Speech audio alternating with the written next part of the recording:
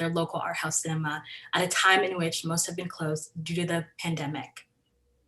If you're a fan of the film, we ask that you please spread the word of the release so more people can tune in.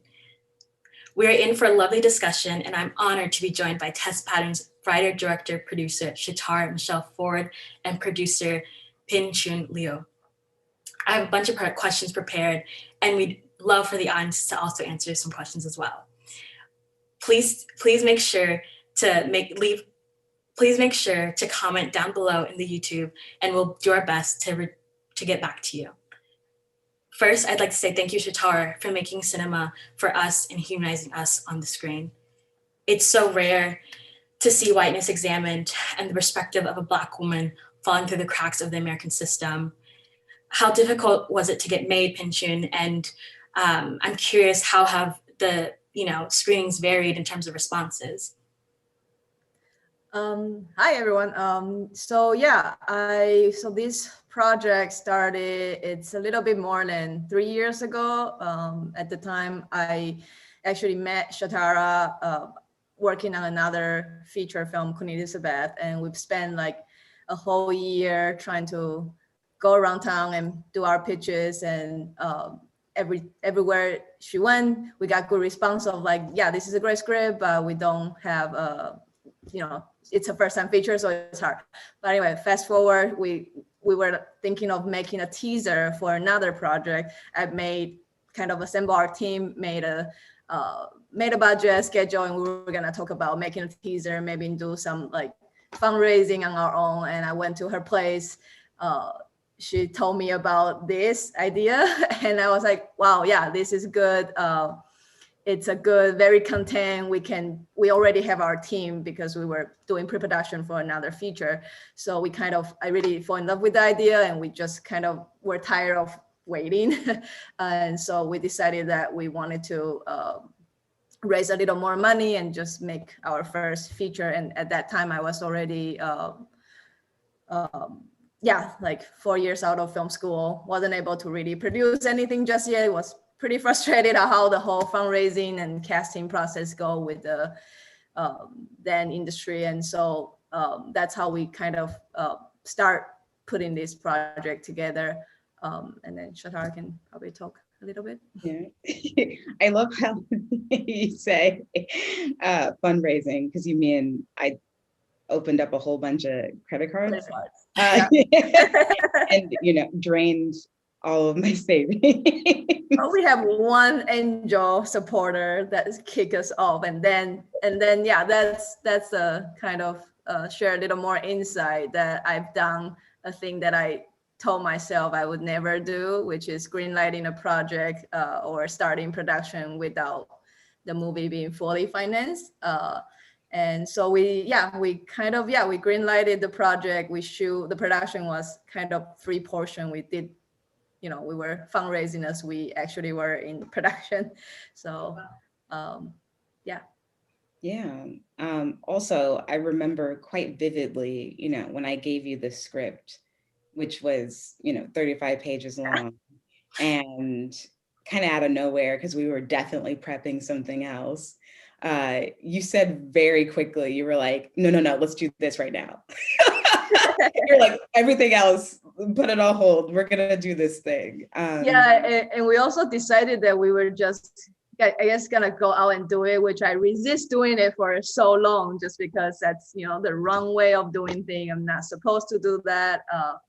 But it's also because the script is like 35, 40 page. And so I kind of knew, this was going to be not very easy to traditional, financiers, so that they would be like, go develop a little more before you come ask me for money. But at the time this was all before the Weinstein story breakout. And I have gotten pitched a lot of, subject or material that has sexual assault in the script. And I was always very kind of resistant and careful that if I would ever tell a story in that that's gonna discuss this, it has to be right. And so I was also just like I think this was maybe, I don't know, the 5th or the 10th. Like there've been a lot. I was like, well, this is the one. If I'm ever gonna discuss this, I would support to get this made. Mm. And the film feels so vital to today because it's really examining our present day systems. And, you know, there's never really a resolution with Renisha's case. And I'm wondering if you think that society will look back at Test Pattern in the years to come and the conversation of consent, assault, and rape. You think it will finally include the intersection of race that you do present? That's the hope, right? You know, and I think a part of why like I needed to make this, why Pinchin and I were so, you know, committed to making it is that we recognized that there was, you know, some nuance missing in the current conversation. Um, and you know, I personally think that art has a responsibility to interrogate where we are as humans and, you know, our culture and our society. And I think very rarely are we as filmmakers allowed to do that because of the commercial constraints or expectations that are put on us. The thought that, you know, something is not worthy of being made because it's not commercial, I think is incredibly problematic and holds us back as a society from being able to, you know, have the proper amount of self-reflection and institutional questioning. So, and that doesn't mean that, you know, the film is a hard watch, as people like to say, but it's not enjoyable to watch, if that makes sense. You know, like it is still art. There's still craft there that, you know, um, moves you and compels you, and there's lightness and as much as there's darkness. So I don't know, that was also another goal and a hope, is that we can, you know, be a part of a movement of trying to make nuance popular, trying to make nuance a thing again, because it's important. Mm. Yeah, and I think, you know, nuance for Black cinema specifically is rare to find, and it's rare for it to get funded. And you know, I think with Black cinema, you often get um, put in more of a political box. But you know, you're making cinema and you're making art, and even if Black art is inherently political, there's always a craft and intention behind it. In Test Pattern, you use tonal shifts and expressionistic touches to convey the alienation of Renisha. Can you talk about the intentions and inspirations behind the film's use of color palettes?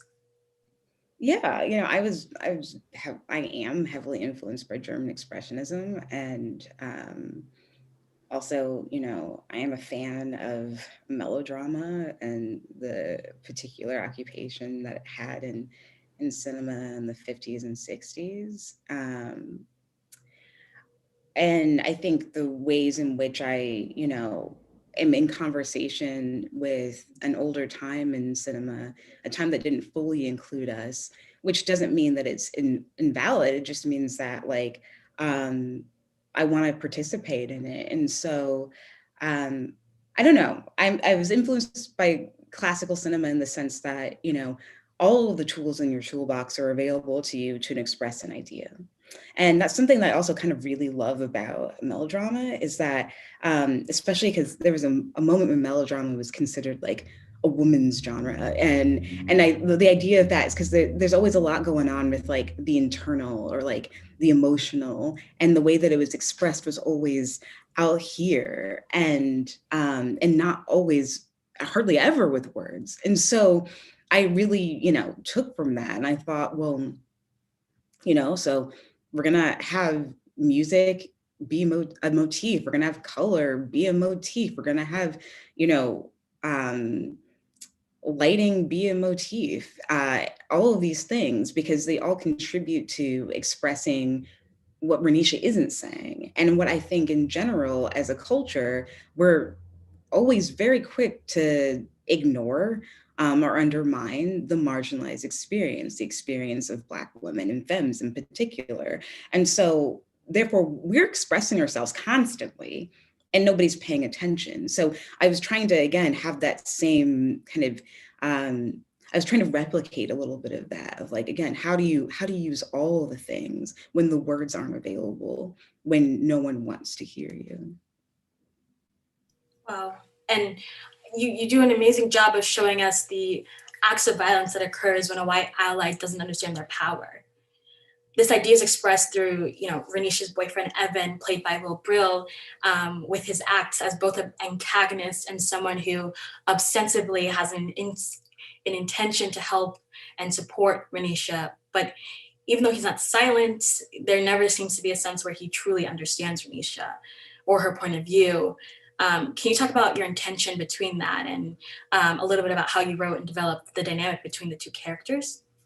Yeah, I mean, it's purely observation, right? And my own kind of point of view on how I think that white people and men, cis hetero men in particular, engage with people who are not them. Somehow, white people will forever center themselves in everyone else's shit.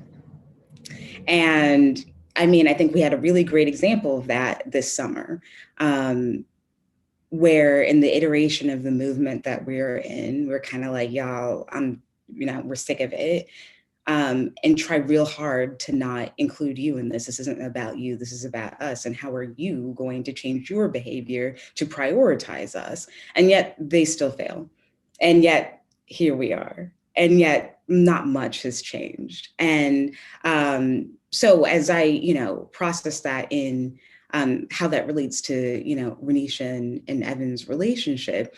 Evan is a lovely person. He's a good white guy. He's doing the right things. He's open-minded. Thinks Renisha's beautiful. Wants to spend the rest of his life with her, and yet there's still an unaddressed power dynamic that is obvious, but he chooses not to engage with it because that's uncomfortable and icky and might require more work of him than he wants to do.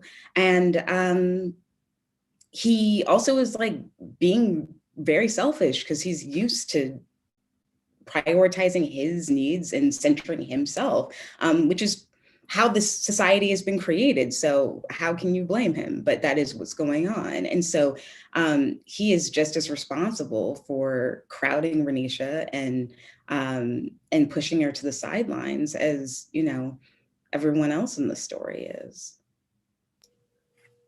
And I think, at the end of the day, it really is Black women who are there for each other. And you did a beautiful job of really examining that, especially with your choice of using Nurse Peg to really be the one who provides the kit for Renisha. Do you mind talking a little bit about your decision for that? Yeah, I mean, again, it's a belief, right? And a lived experience. I think that, Black folks in particular, people of color, marginalized folks have been taught to empathize with absolutely everyone. But especially, I think Black women and femmes do a good job of seeing each other and knowing that we have to step up for each other when the time is, presented to us.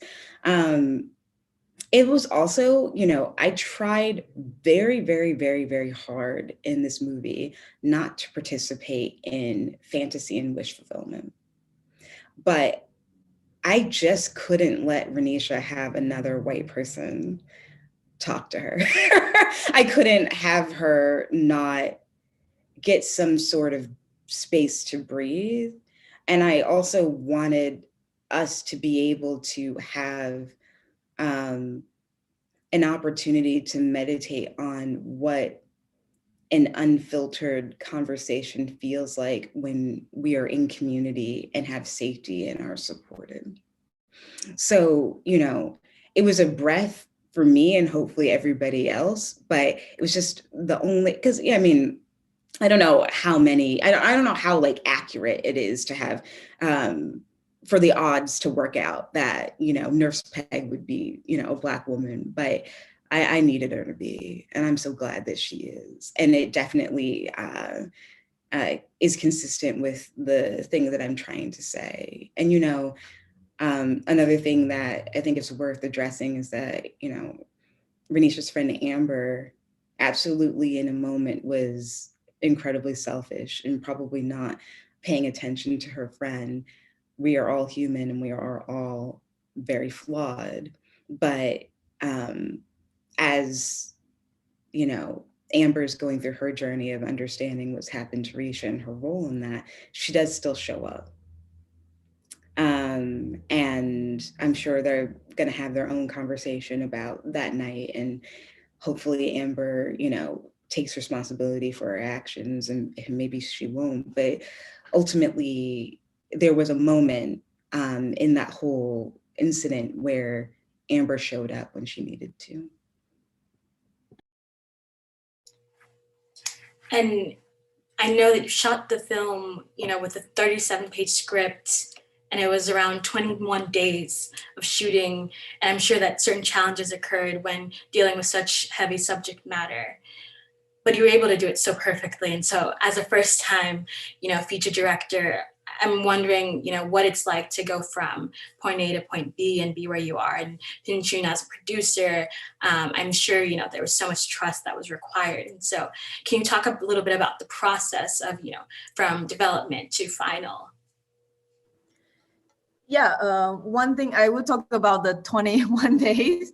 Yeah, one thing that me and at that, just from kind of what I learned from all the, working with first-time director and the short films, other features that I made, I've learned that time is very important. And so from the beginning, even though the script is short, we knew that this needs a proper like production schedule. Because like a lot of times when people do this kind of ultra low budget feature film, they go to like 10 days shoot or 13 days. So, but yeah, so we kind of fought for that, 19 days, and then we ended up have 2 days of pickup shoot after we have been in the editing process. But yeah. So what was that? Well, personally for me, the number of days was really, really, really important. I had friends who were making movies. I'd been on sets before, like with larger productions. I recognized the value of days. And I don't know, I was a little dismayed because I feel like as much as, filmmaking has become more accessible and, anyone can shoot anything on an iPhone, somehow I think the industry has devalued what time does, and also like, proper salaries and equipment and all the tools that you need. And, Pinchin and I wanted to have a production that was as full of resources for all of us who were in our first time in like the big job, so we could do it right. Especially because the majority of us were from, marginalized backgrounds. And I think that we are scrutinized, whether, if we think about implicit bias, whether, these folks know it or not, they scrutinize our work a little bit more than they do straight white dudes. So I didn't want to set us up for disaster. I wanted to set us up for success. And that meant that we did more days than your typical super low budget, self-financed, indie film. And that was the blessing of a script that was less than 40 pages, because that meant that we had the time and within each scene to really kind of work things out. And also the subject matter being what it is, I think I think we all, or many of us, had moments where it was hard, too hard, and maybe you need to take a break. Or it's just more arduous trying to get to the right place. I mean, I can speak personally for me. I mean, there were some scenes that like it was hard for me to even be in the room, which made it difficult to make the decisions that I needed to make in the moment. So it just slows things down ever so slightly. But again, I'm grateful that Pynchon, you know, trusted me and also agreed that like the best way for us to be successful is by giving us time. And so I never felt like we didn't have enough time. Yeah, and really the proper crew and equipment. So we're setting everybody up for success, and hopefully we'll be bringing everyone more movies to make. Yes, and I know, you know, your ability to create a crew that also reflected the film. I know, just to highlight, your production had a woman at every head of the department, and you had more than 60% of your crew be a person of color, and 40% of the cast and crew self-identified as LGBTQ+. And I'm just wondering, you know, how important that was, and do you think that that impacted your production? That's a question I've been getting a lot lately, the impact of the production one. So, Mm. which I appreciate. I've never considered it. But just to step back, personally for me, you know, I don't celebrate those numbers. Mm. You know, and I personally think we could have done better, and made it a priority. I think there could have been even fewer white men on our set, if we really tried. However, I mean, I think there's always the dance, right, of like time and resources that are available to you. But more than that, what I value so much is that the reason why those numbers are what they are is because in some ways we were just practicing what, you know, straight white men practice all the time, which is to work with your friends and work within your network, right? Like we didn't have to look like we comprise these diverse identities. So we're just talking to our community. And I think especially when you're, you know, making a film of this nature for the first time ever, in, you know, you've got very little institutional support. I think it's important to be working with people who are your community and that you trust, you know, and that you feel comfortable with. However, that's why I criticize the number, because when you prioritize people within your network and who you trust, you're not looking as widely as you could. And it makes it harder to kind of consider others because you're constantly weighing, you know, oh, well, I know how this person works, so this is easy and I'm going to do it. And you can't always afford the privilege to take those risks. And so I personally look forward to having more money and time on new projects where I can actually expand that much more deliberately. But to answer the question about did it impact the, you know, experience on set, absolutely. Um, it feels very, very, very good to be in community.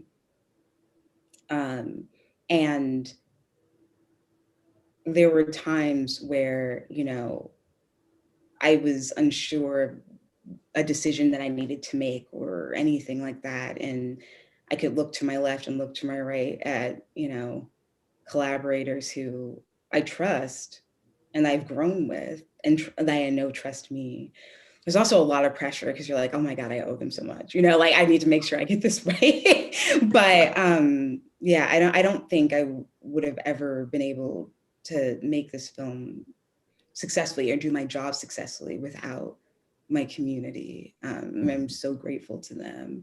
They also happen to be incredibly talented people who I trust. And so, you know, when Ludovica Isidori tells me that, you know, we should probably put the camera here, I might not have thought of it. I might argue with her for a minute, but ultimately she was right. So. The film has had quite a journey, and you completed in 2018. And so, Pinchun, what advice do you have for some filmmakers, in terms of festival strategy and distribution, and what might have been some of the difficulties that a film like Test Pattern has when navigating these markets?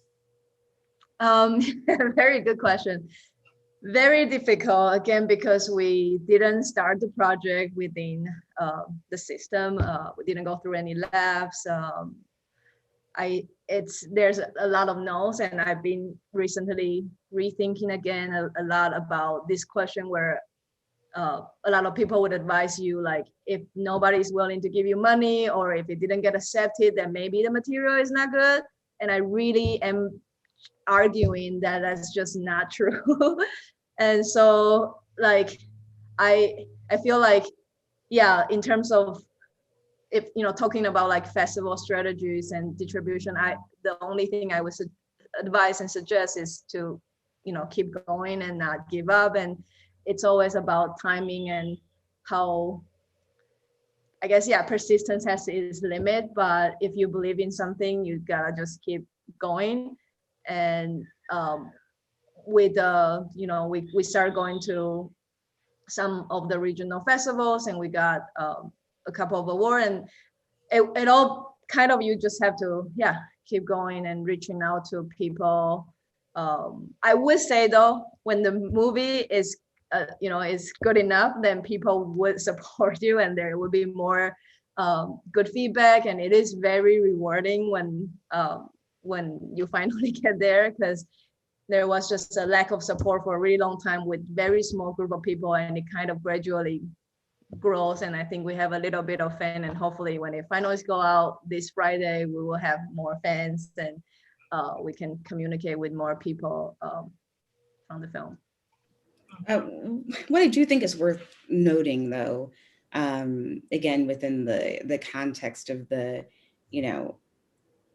capitalist system that we're in, that's upheld by white supremacy and patriarchy, is that when we look at the power piece, when we look at the decision makers, they tend to be people who don't look like us or occupy our experiences.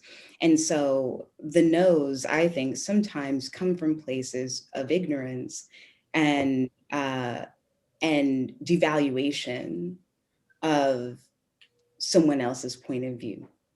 Therefore, if you have the privilege, if you have at least even the, element of delusion and insanity to go make it anyway, you should. And I think that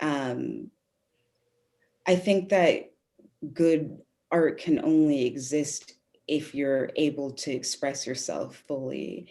And if we worry too much about the other stakeholders and what they need from you, you might lose out on a perspective that's worth having, and then it stymies the conversation or a movement from really taking the form that it needs to take. That's not to say that that version of filmmaking, which is quite prominent right now, is wrong. It's just, as we as an industry, as we as a culture, as we as a society, try to figure out how certain voices and experiences are falling through the cracks, we need to remember that the system that works for us doesn't work for everyone. And so we have to stop doing things the same way and think that it's going to work. And we have to be willing to try something different. And we have to have the imagination. We have to dare to imagine a new way of engaging with people and assessing their value and their work. So I don't know, when I hear the word no, again, if it's consistent with something that I know to be true or something that is worth trying, I'm gonna do it anyway. But it is not for the faint of heart. It just isn't. So, it's been a really hard 3 years. Significantly broke, like serious debt. I do not live in Los Angeles anymore because I could not afford to. That's kind of stuff is real. But it is absolutely worth it for the work. So I wouldn't change anything. What advice, following what you've just discussed, I'm wondering what advice you would have to filmmakers who they've sort of hit that wall where they don't know how to go forward, and it could be some of those no's that isn't because of their talent, but could be because of other reasons that are within the systems that are in place. Some of the things that make it harder to navigate as a BIPOC filmmaker. What are some of the encouragements in your experience, especially in having Test Pattern be from, the Black lens? How have you managed to come here? And what does it feel like to finally, have your voice out into the world? To that first question, that's why community is so important. Find the people who trust you and believe in you and love you and enjoy working with you, and vice versa. And again, making films of any length is a privilege because the amount of money and time that you have to spend. And so there are other ways to maintain those relationships or cultivate those relationships. A lot of my really, really good collaborators and friends came from seeing movies together, texting all the time about movies, reading things, sharing things with each other, going to art museums, doing all that kind of stuff. And just, I don't know, just being a part of their lives and, caring about their work. That got us through, I think, and I think that goes much further than constantly, which again, isn't a bad thing if you have the privilege and ability to do it, but constantly making stuff. The conversations and time spent is valuable too. I cannot stress enough how this could not have been done without community, like true ride or die, day ones. And I do think that that's also a part of why I feel like I can continue, because those people are still in my life, and still believe in me. So, we can go to the big meeting with the money and someone can say no. And, you keep trying to figure it out. I think also you have to really ask yourself why you're in this business to begin with and why you're making movies. Like, that took me a long time to answer. And over the last 3 years, I've been able to fully answer it and commit to it in a way that I never done before. And the truth is, for me, I am an artist whose medium, unfortunately, is cinema. And I say unfortunately because it's so expensive. You're requiring so much of other people. It's not something you can do by yourself.